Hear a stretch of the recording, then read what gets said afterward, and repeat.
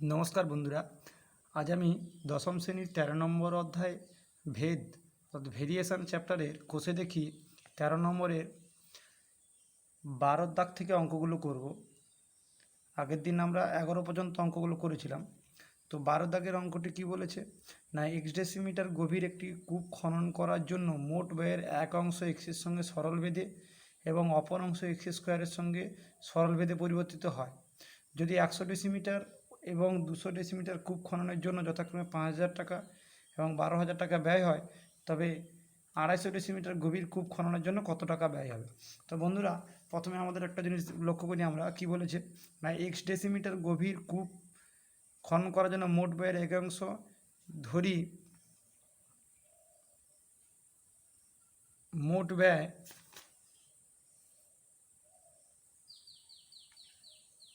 Y, ঠিক আছে, Y টাকা। এবার কি বলেছে, এর এক অংশ এক্সের সঙ্গে, তাহলে ধরি এক অংশ সমান কি, এক অংশ পি, অপর অংশ কিউ। এবারে কি বলেছে না, এক অংশ এক্সের সঙ্গে সরল ভেদে আছে, অপর অংশ এক্স স্কোয়ারের সঙ্গে সরল ভেদে আছে। তাহলে এই অংশ, তাহলে প্রশ্ন অনুসারে কি, প্রশ্ন অনুসারে আমরা লিখতে পারি এখান থেকে যে পি ভ্যারিজেজ এক্স এবং কিউ ভ্যারিজেজ এক্স স্কোয়ার। এবার এই দুটোকে তুললে কি দাঁড়াচ্ছে, পি সমান কে ওয়ান ইন্টু এক্স এবং কী হচ্ছে কিউ সমান কী হচ্ছে কে টু ইন্টু এক্স স্কোয়ার, যেখানে কি কে ওয়ান কে টু অশূন্য ভেদ ধ্রুবক। বোঝা গেল বন্ধুরা? তো এখান থেকে কি করব, আমি এখান থেকে এইটাকে এখানে মোট ব্যয়ের সঙ্গে যোগ করব, মানে মোট ব্যয় কী করবো, তাহলে অতএব ওয়াই সমান কী হবে না, ওয়াই সমান কী ছিল, পি প্লাস কিউ। মোট ব্যয়টা কি, মোট ব্যয় ওয়াই, তার সঙ্গে এক অংশ পির সঙ্গে এক অংশ কিউর সঙ্গে, তাহলে দুটো অংশ যোগ করলে এটা দাঁড়াচ্ছে। তাহলে এখান থেকে কী দাঁড়াচ্ছে, ওয়াই সমান আমরা লিখতে পারি কে ওয়ান ইন্টু এক্স কে টু ইন্টু এক্স স্কোয়ার। এটা এলো আমাদের সম্পর্ক। তবে এখান থেকে আমরা কি করব, এখান থেকে দেওয়া আছে, প্রথমে কী দেওয়া আছে, প্রদত্ত কী আছে, প্রদত্ত কি না, প্রথমে কী দেওয়া আছে, যদি এক্স ডেসিমিটার, তাহলে এখান থেকে কী আছে, এক্স সমান প্রথমে ১০০, আর মোট খরচ হয়েছে কত, মোট ওয়াই সমান কত হচ্ছে ৫,০০০। তাহলে এটা বসাবো, দিলে বসালে কী দাঁড়াচ্ছে, ৫,০০০ সমান কে ওয়ান ইন্টু ১০০ কে টু ইন্টু এক্স স্কোয়ার এটা। তাহলে এখান থেকে আমরা কি করব, এই শূন্যগুলো বাদ দেবো। তাহলে এটা আমি একটু করে নিচ্ছি, সমান কি ১০০ ইন্টু কে ওয়ান, আর এটা কী হবে ১০০ হবে, তারপরে কটা শূন্য বসবে, ১০০র পরে আমাদের আরও দুটো শূন্য বসবে যেহেতু স্কোয়ার আছে, ইন্টু কে টু। এখান থেকে কী দাঁড়াবে না, কে ওয়ান ১০০ স্কোয়ারে বাদ দিচ্ছি, কে ওয়ান এখানে ১০০ বাদ গেলে কত থাকছে, আর দুটো শূন্য বাদ গেলে থাকছে ১০০, ১০০ ইন্টু কে টু সমান এখানে শূন্য শূন্য, দুটো শূন্য বাদ গেলে থাকছে ৫০। তাই এইটা একটা ১ নম্বর সমীকরণ দিলাম। আবার কি বলেছে না, এক সমান কত না, ২০০ ডেসিমিটার খুঁজতে খরচ হচ্ছে কত, ওয়াই সমান কত খরচ হয়েছে না ১২,০০০। তাহলে বন্ধুরা এই সমীকরণে আমি আবার বসালে কি দাঁড়াচ্ছে যে ১২,০০০ সমান কত না ২০০ ইন্টু এক্স প্লাস দুটো into x, ২০০ into k one সমান ২০০ স্কোয়ার, মানে ২০০ ইন্টু ২০০ করলাম, ২০০ ইন্টু ২০০ এক্স কে টু। তাহলে এখান থেকে একটা সম্পর্ক পাবো, এটা কি পাবো না, ২০০ বাদ চলে যাবে প্রতিটা থেকে, ২০০ বাদ দিলে কী দাঁড়াচ্ছে কে ওয়ান ২০০ ইন্টু কে টু এখান থেকে ২০০ পেলে ২ ৬ ১২০০, তাহলে শূন্য শূন্য দুটো বাদ দাও, দুটো শূন্য বাদ দিলে ৬০, এটা দাঁড়াচ্ছে। তাহলে এটা দাঁড়ালো ২ নম্বর সমীকরণ। এবারে ১ নম্বর ২ নম্বর থেকে কী করবো, আমরা বিয়োগ করে পাবো ১ নম্বর, এবার ২ নম্বর থেকে আমরা যে কোনো একটা বিয়োগ করি, 2 নম্বর থেকে ধরো 1 নম্বর, 1 নম্বর থেকে 2 নম্বর বিয়োগ করতে আমি ধরি যে 2 নম্বর থেকে, অর্থাৎ 2 নম্বর বিযুক্ত 1 নম্বর করে পাই, এরকম করে পাই, এটা লিখলাম। লিখলে কী দাঁড়াচ্ছে, এটা থেকে এটা বিয়োগ করলে কী দাঁড়াচ্ছে না K1 কেটে যাচ্ছে, আমি আরেকবার লিখে নালে দিচ্ছি। K2 minus K1 minus 100 K2 সমান কত 60 বিযুক্ত 50। K1 কেটে গেল, 200 থেকে বাদ গেলে 100 K2 সমান কত 10, বা K2 সমান কত দাঁড়াচ্ছে 10/100, 0 মানে 1/10। তাহলে K2 মান 1/10। তাহলে যে কোনো একটা সমীকরণে বসিয়ে দাও। ধরি 1 নম্বর সমীকরণে K2 মান 1/10 বসিয়ে পাই, কী দাঁড়াবে না K1 সমান কত না 50 বিযুক্ত 100 ইন্টু কত 1/10 K2 মান। তাহলে 0 কেটে গেল, তাহলে 50 থেকে 10 গেলে কত 40। তাহলে K1 এর মান আমরা পেলাম কত, K1 এর মান পেলাম 40 আর K2 মান পেলাম আমরা 1/10। বোঝা গেল বন্ধুরা? তো এখান থেকে আমি কি করবো এবারে, তো এখান থেকে আমরা যে সমীকরণটা পেয়েছিলাম সেখানে বসাবো, কী পেয়েছিলাম না K1 2x K2 into x square. এটা এইখানে আমি সেই মানগুলো বসাবো। লিখে দেওয়া আছে ওয়াই সমান K1 এর মান প্রথমে বেরিয়েছিল কত 40 2x, K2 মান 1/10 ইন্টু এক্স স্কোয়ার। এবারে কী বলেছে যে 250 ডেসিমিটার গভীর নলকূপ খুলতে কত খরচ হবে। তাহলে 250 ডেসিমিটার খুলতে মানে x সমান কত 250। তাহলে এখানে এটা বসালে আমাদের উত্তর হয়ে যাবে কত খরচ হচ্ছে। তাহলে ওয়াই সমান কত আছে 40 ইন্টু 250, আর এটা 250 ইন্টু 250 বাজিতে 10। তাহলে এটা আমাদের গুণ করতে হবে, গুণ করলে কত দাঁড়াচ্ছে 0 25 4 100 10,000।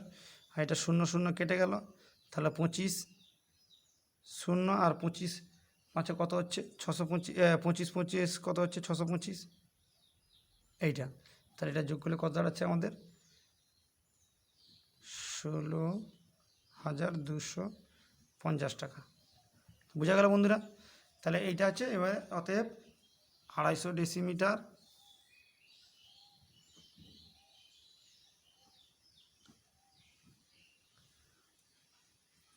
গভীর কূপ খননে খরচ হবে টাকা 16,250 টাকা।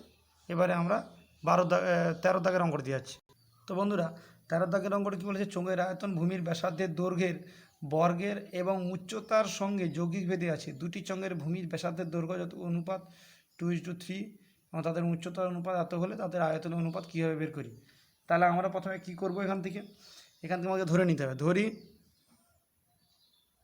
চোঙের আয়তন ভি, ভূমির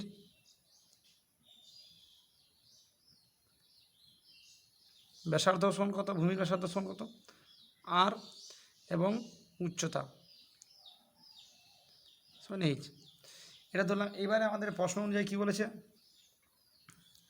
প্রশ্নানুসারে কী বলেছে, কী লিখতে পারি আমরা, বলেছে আয়তন কী হচ্ছে না তার বর্গের ভূমির ব্যাসার্ধের বর্গে, তাহলে ভূমির ব্যাসার্ধ কোন তার বর্গ করলাম, এবং কি উচ্চতার সঙ্গে যৌগিক ভেদে আছে।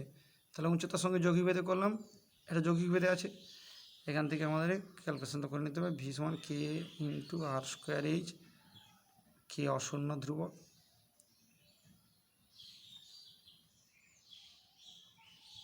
বোঝা গেল বন্ধুরা?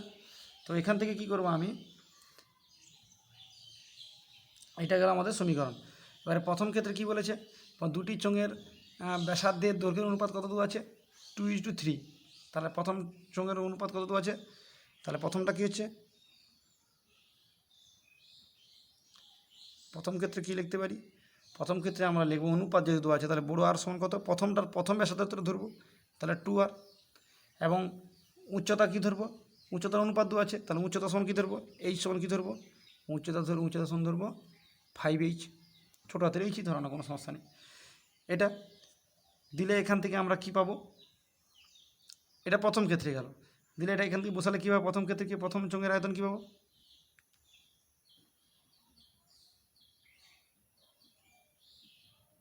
আয়তন কী হবে না, প্রথমটাকে V1 ধরলাম, V1 সমান কি কে ইন্টু আর সমান কত 2r স্কোয়ার ইন্টু এইচ সমান কত 5h, এটা একটা গেল। তাহলে এটা সমান কী দাঁড়াচ্ছে না 4kr স্কোয়ার ইন্টু 5h, এটা থাকলো। এবার দ্বিতীয় ক্ষেত্রে কি বলেছে, দ্বিতীয় ক্ষেত্রে কি না আর সমান কত, ওই দেখো 3r এবং এইচ সমান কত না 4h, তাই এটা আবার সেখানে বসাবো। V2 সমান কত দাঁড়াচ্ছে, V2 সমান দাঁড়াচ্ছে আমাদের কে ইন্টু 3r এর whole square into H one 4h সমান এটা কত দাঁড়াচ্ছে 9, 3 9, 9kr স্কোয়ার ইন্টু 4h। এবারে কী করতে পেরেছে, তাদের আয়তনের অনুপাত বের করো, তাহলে তাদের আয়তনের অনুপাত বের করবো আমরা। অতএব তাদের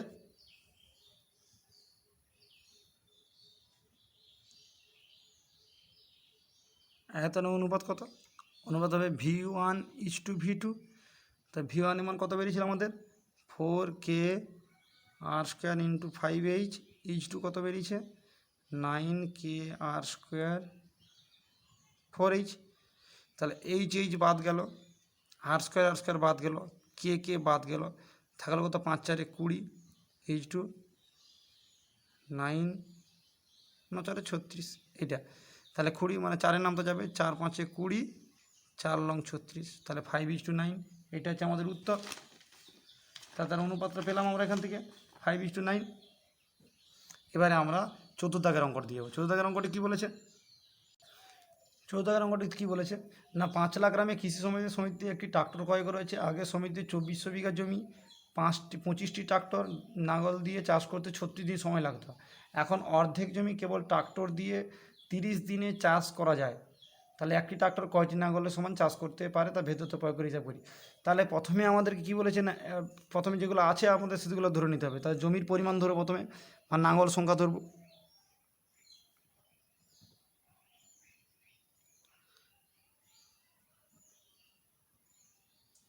নাঙল সংখ্যা সমান n ধরলাম, জমির পরিমাণ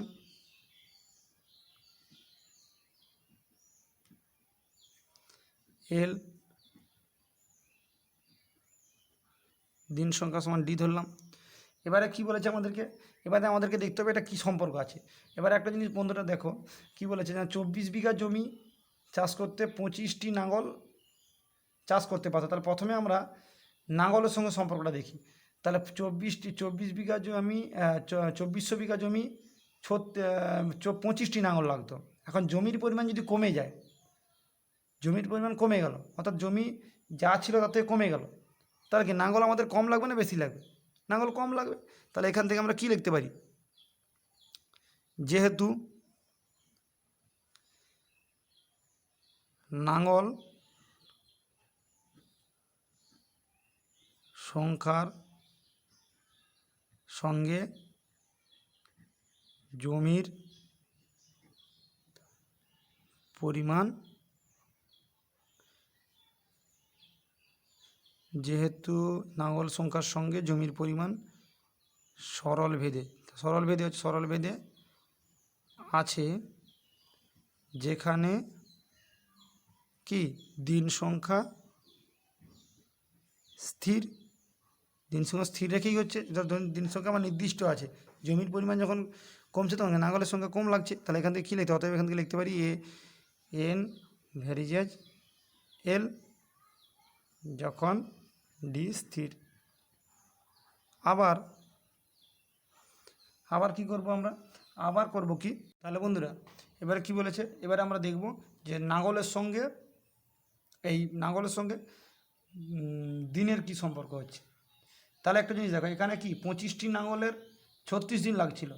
এবারে জমির পরিমাণ কমুক কিন্তু 30 দিনে করতে হবে, তাহলে দিন সংখ্যা কমে যাচ্ছে। তাহলে নাঙল সংখ্যা কী করতে হবে আমাদেরকে, জমির পরিমাণ তো আমরা ফিক্সড স্থির রেখে দিয়েছি, তাহলে 25টি নাঙল লাগতো 36 দিন। এবার দিন সংখ্যা যদি কমে যাচ্ছে তাহলে কি নাঙল সংখ্যা আমাদের কমবে না বাড়বে, ওই জমি চাষ করতে কী লাগবে আমাদের, নাঙল সংখ্যা বেশি লাগবে। অতএব এখান থেকে আমরা কী লিখতে পারি, যে জমির পরিমাণ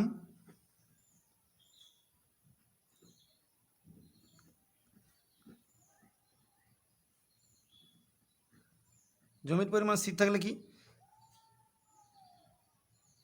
লাঙলের সঙ্গে দিনের ব্যস্তভেদ। অতএব এখান থেকে কী লিখতে পারি, এন ভেরিয়েজ 1/d। অর্থাৎ যৌগিক ভেদের উপর থেকে কী লিখতে পারি,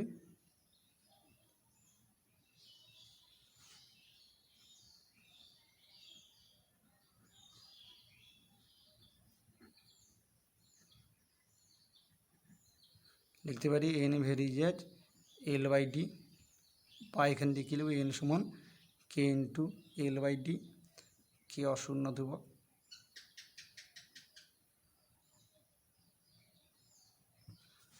বোঝা গেল বন্ধুরা? তাহলে এখান থেকে এবার আমরা কী করবো, মানগুলো যে প্রদত্ত মানগুলো দেওয়া আছে আমাদের প্রথম ক্ষেত্রে প্রদত্ত মানগুলো দেওয়া আছে সেগুলো বসাবো।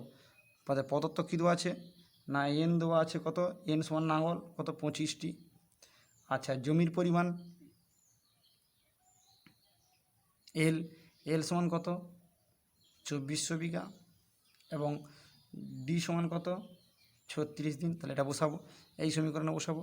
তাহলে বসালে কী দাঁড়াচ্ছে আমাদের, এন সমান হচ্ছে 25, কে ইন্টু এল সমান হচ্ছে 2400, ডি সমান হচ্ছে 36। তাহলে আমরা 6 6 36, 6 4 24, 400, 2 দুগুণে 2 3 6, 2 দুগুণে 4, 200। তাহলে এখান থেকে এটা কী লিখতে পারি আমরা, কে সমান এখান থেকে আমাদের পাবো কি না, এইখানে 25 গুণিত 3 হয়ে যাবে, 3টা উঠে যাবে, 200 নিচে আসবে। তাহলে 25 8 200, 25 4 100, 25 8 200। তাহলে কে সমান আমাদের দাঁড়ালো 3 8। তাহলে এইখান থেকে আমরা ফাইনাল সমীকরণটা কী আসছে না, এন সমান আসছে আমাদের 3/8 ইন্টু L/d। এটা ফাইনাল সমীকরণ এলো। এবার আমরা দ্বিতীয় ক্ষেত্রে যে মানগুলো দেওয়া আছে সেটা বসাবো। তাহলে আমাদের ফাইনাল সমীকরণটা কী আসছিলো, এল সমান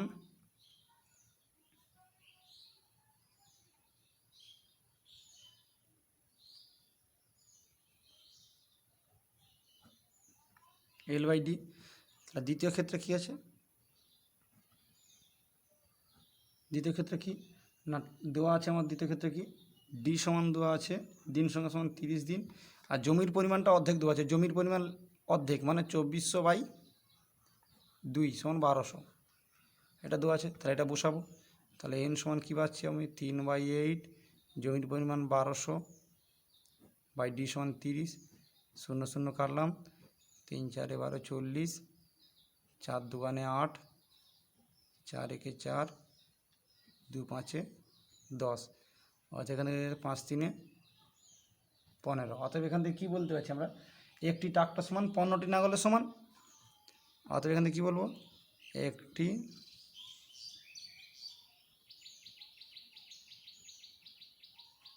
সমান 15টি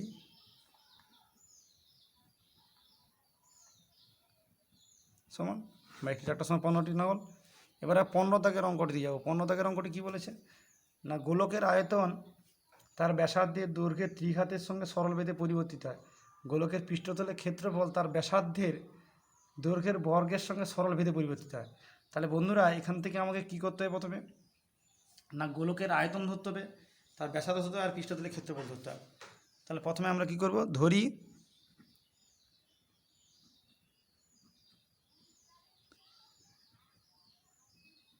সমান ভি ব্যাসার্ধ সমান আর, পৃষ্ঠতলের ক্ষেত্রফল, পৃষ্ঠতলের ক্ষেত্রফলকে আমরা ধরব এস,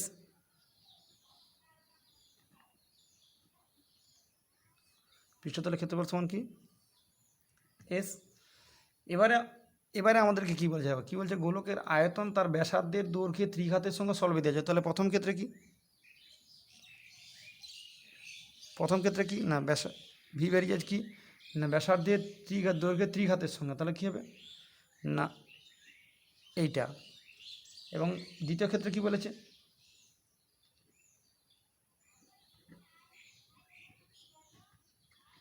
দ্বিতীয় ক্ষেত্রে বলেছি গোলকের পৃষ্ঠতলের ক্ষেত্রে তার ব্যাসার্ধের দৈর্ঘ্যের বর্গের সঙ্গে সরলভেদে আছে।